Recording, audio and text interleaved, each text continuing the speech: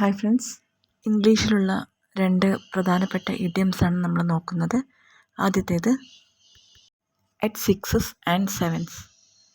Idiom at sixes and sevens എന്നതിൻ്റെ meaning ആണ് in total confusion, അതായത് കുഴങ്ങിയ അവസ്ഥയിലാവുക. എക്സാമ്പിൾ നോക്കാം. The newly arranged schedule has put me at sixes and sevens.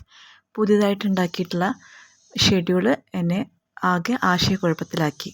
അടുത്തത് storm in a tea cup. Idiom storm in a tea cup എന്നത് refer to a situation where people are very upset about something that is not important, അല്ലെങ്കിൽ an excitement over a silly thing. നമ്മളൊരു നിസ്സാരമായിട്ടുള്ള ഒരു കാര്യം നമ്മൾ ഊതി വീർപ്പിച്ച് അത് വലുതാക്കി കാണിക്കുന്നതിനാണ് storm in a tea cup എന്ന് പറയുന്നത്. ഇതിൻ്റെ മലയാളം മീനിങ് വരുന്നത് ഒരു ചായ കപ്പിലെ കൊടുങ്കാറ്റ്. എക്സാമ്പിൾ നോക്കാം. The argument between the neighbors seemed serious at first, but it turned out to be a storm in a teacup.